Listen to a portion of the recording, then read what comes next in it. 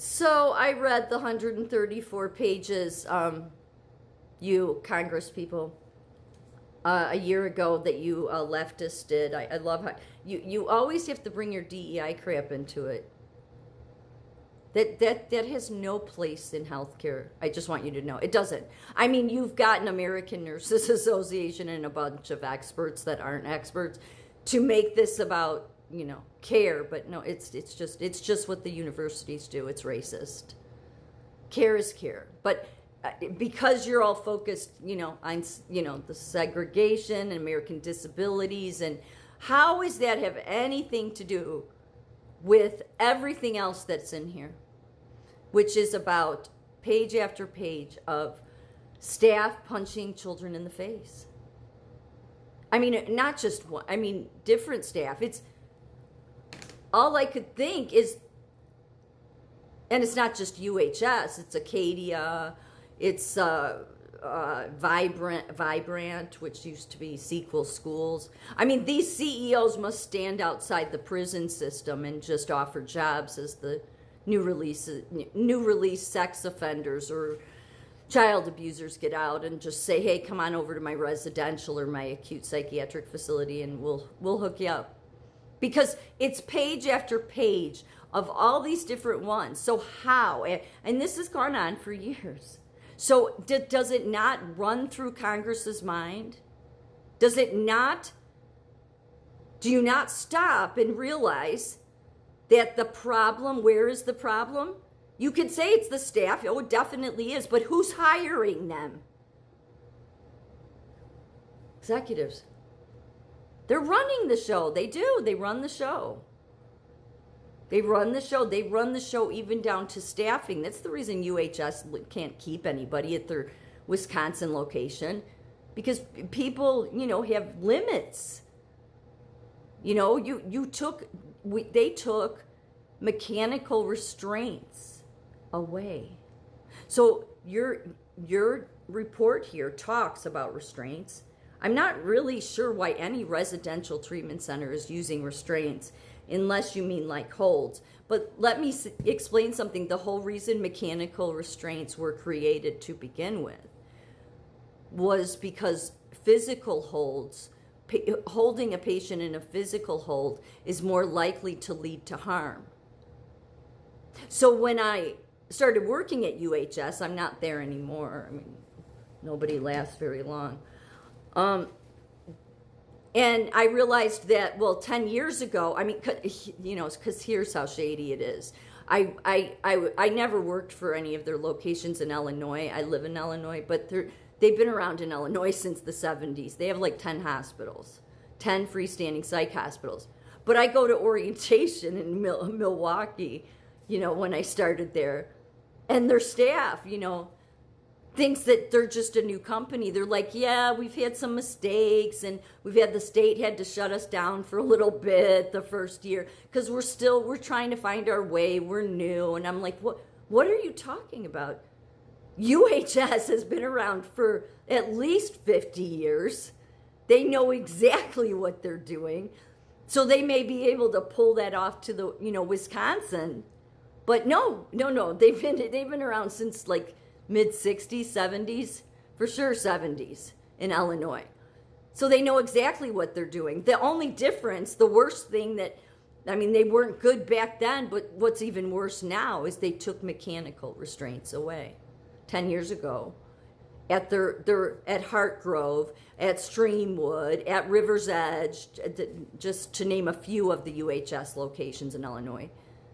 They had mechanical restraints. Mechanical restraints were designed so that patients wouldn't be injured, because especially if you're trying to hold somebody who's psychotic, it just leads to more injuries, more asphyxiation. So when you take restraints away, like Mark Miller did because of your committee, then that leads to us having to hold people. And when we don't have staff to hold people, that's how everybody gets injured, and it's happened. That's the reason they lose people. So I'm saying that the problem with all this isn't, it should be like, why are you, how is it that all of these facilities are hiring these abusers, people that have no business working with patients. How is it that we live in this technological age and what, they just failed? I mean, they just passed the background check? No, you're not doing them. Or they're deliberately. And I believe it's that. I believe it's malicious. I do. Because it's gone on for so long. Nobody's this stupid. I mean, you may be able to convince, the up and coming generation that you haven't done this Senate committee before, but I know you have. And everything that you say in here is the same garbage, except, you have your DEI, which doesn't help anything. I mean, you're tying it to the ADL. But look,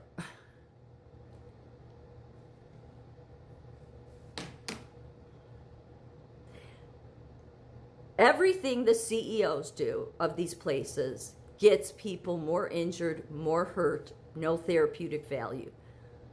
How many more decades do the politicians want this to go on? How many more children will suffer because you don't want to fix? Because the solution is you will not change people like Mark Miller. Just like the guy in your report here that bought Sequel Schools. He said that he found a way to make money. He told you that. He said limit staffing. So that's what he cares more about. So then when a child is hurt, it's when we don't have staff, we don't have eyeballs in the back of our heads. Now, I've never worked anywhere where somebody was raped, but